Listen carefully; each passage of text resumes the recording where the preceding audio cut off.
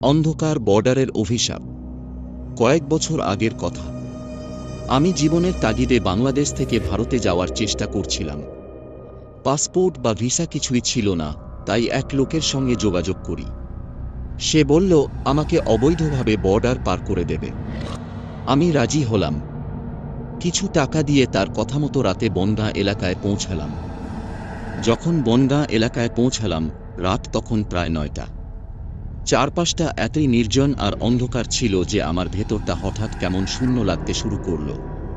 লোকটা আমাকে এক পুরনো জরাজীর্ণ ঘরে নিয়ে গিয়ে বলল, এখানে এক রাত থাকতে হবে, সকালে আরেকজন আসবে, সে তোমাকে গন্তব্যে পৌঁছে দেবে। ঘরটি একদম ভেঙে পড়ার মতো অবস্থায়। দেয়ালে শ্যাওলা জমে আছে, মেঝেতে ধুলো আর শুকনো পাতা। এক কোণে একটা ভাঙা খাট, আর তার পাশে একটা কেরোসিনের ল্যাম্প।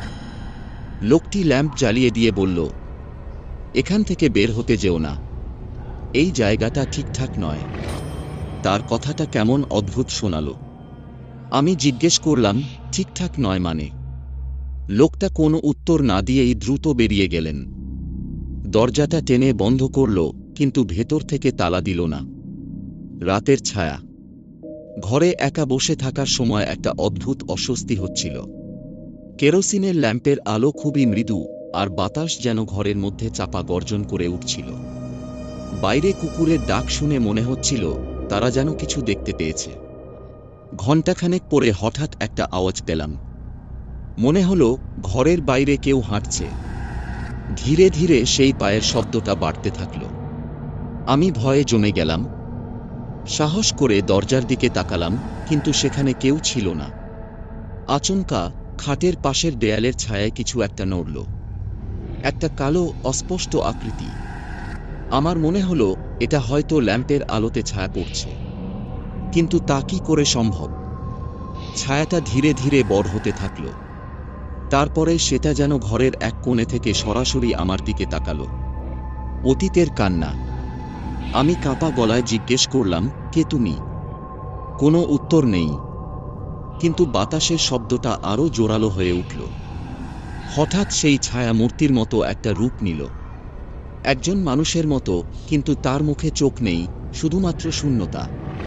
সে ফিসফিস করে বলল, তুমি কেন এসেছো এখানে? আমি ভয়ে পিছিয়ে গেলাম।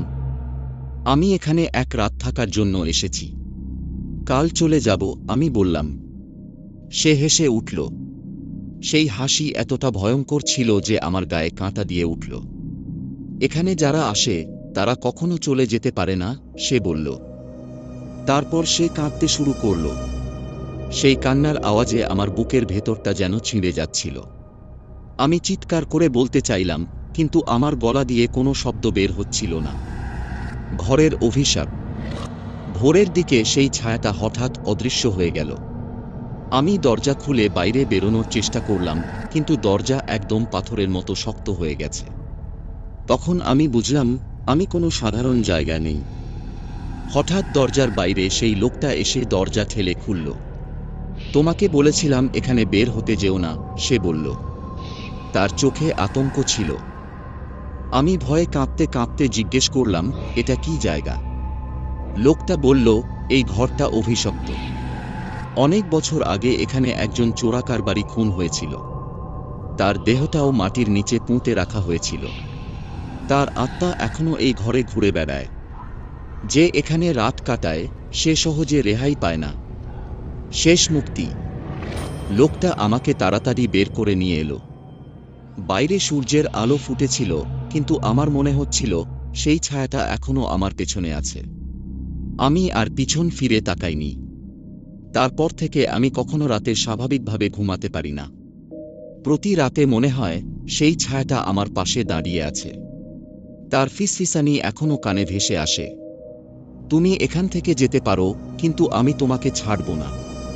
আজকের মতো গল্পটি এখানেই শেষ করলাম। আল্লাহ হাফেজ।